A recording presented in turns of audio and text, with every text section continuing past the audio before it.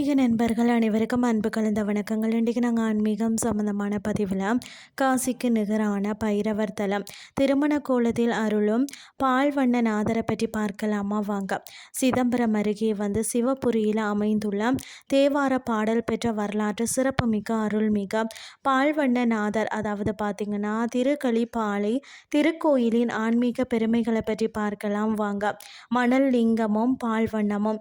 இங்குள்ள மூலவர் சிவபெருமான் சுயம்பு மூர்த்தியாக அருள் பாலிக்கிறார். காமதேனுவின் பாலில் கபில முனிவர் மணலால் செய்த லிங்கம் என்பதால் இன்றும் பால் போன்ற வெண்மை நிறத்துடன் காட்சியளிப்பது இதன் தனி சிறப்பாகவும் இருக்கிறது. அது மட்டுமில்லாமல் மூலவர் லிங்க திருமேனிக்கு நேர் பின்புறத்தில் சிவபெருமானும் பார்வதி தேவியும் தங்களின் நல்மங்கல திருமண கோலத்தில் எழுந்தருளி பக்தர்களுக்கு காட்சி அளிக்கின்றனர். அகஸ்திய முனிவருக்கு இறைவன் திருமண தரிசனம் தந்த தலமாகவும் இது இருக்கிறதா. அது மட்டுமில்லாமல் முற்காலத்தில் மன்னர் ஒருவர் குதிரையில் வந்தபோது எதிர்பாராமல் குதிரையின் கால்பட்டு லிங்கத்தின் மேல் பகுதி பிளந்ததாம். அந்த பிளந்த வடு இன்றும் லிங்கத்தில் காணப்படுகிறதாம். இந்த திருமேனிக்கு தான் நித்திய பூஜைகள் நடக்கிறதாம். இந்த கோயிலில் மக்கள் பைரவர் கோயில் என்றும் அழைக்கிறார்கள். காசியில் இருப்பது போல இங்கும் பைரவர் நாய் வாகனம் இல்லாமல் காட்சியளிக்கிறார்.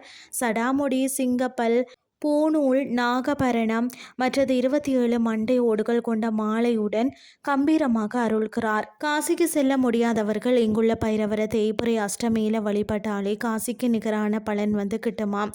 இந்த தல பால்வண்ணநாதருக்கு பார்த்தீங்கன்னா அபிஷேகம் செய்யப்படும் பாலை அருந்தினால் நீண்ட நாட்களாக குழந்தை பாக்கியம் இல்லாதவர்களுக்கு புத்திர பாக்கியம் கிட்டும் என்பது பக்தர்களின் தீராத நம்பிக்கை. மேலும் தீவிரமான உடல் வெப்ப நோய்களால் அவதிப்படுறவங்க இங்கு வேண்டிக் கொள்ள நோய் குணமாகிறதா. சம்பந்தர், அப்பர், சுந்தரர் ஆகிய மூவராலும் பாடப்பட்ட இந்த தலத்தின் அருளை பெற வாழ்நாளில் ஒரு முறையாவது தரிசிக்க வேண்டிய தலம் தான் சிவபுரி பால்வண்ணநாதர் திருக்கோயில். இன்றைய ஆன்மீகம் சார்ந்த பதிவு உங்களுக்கு பிரயோசனமாக அமைஞ்சிருக்கும்னு சொல்லி நானும் நம்புகிறேன். இதே மாதிரி மற்றும் ஒரு ஆன்மீகம் சார்ந்த பதிவோடு உங்களை சந்திக்கிறேன். நன்றி.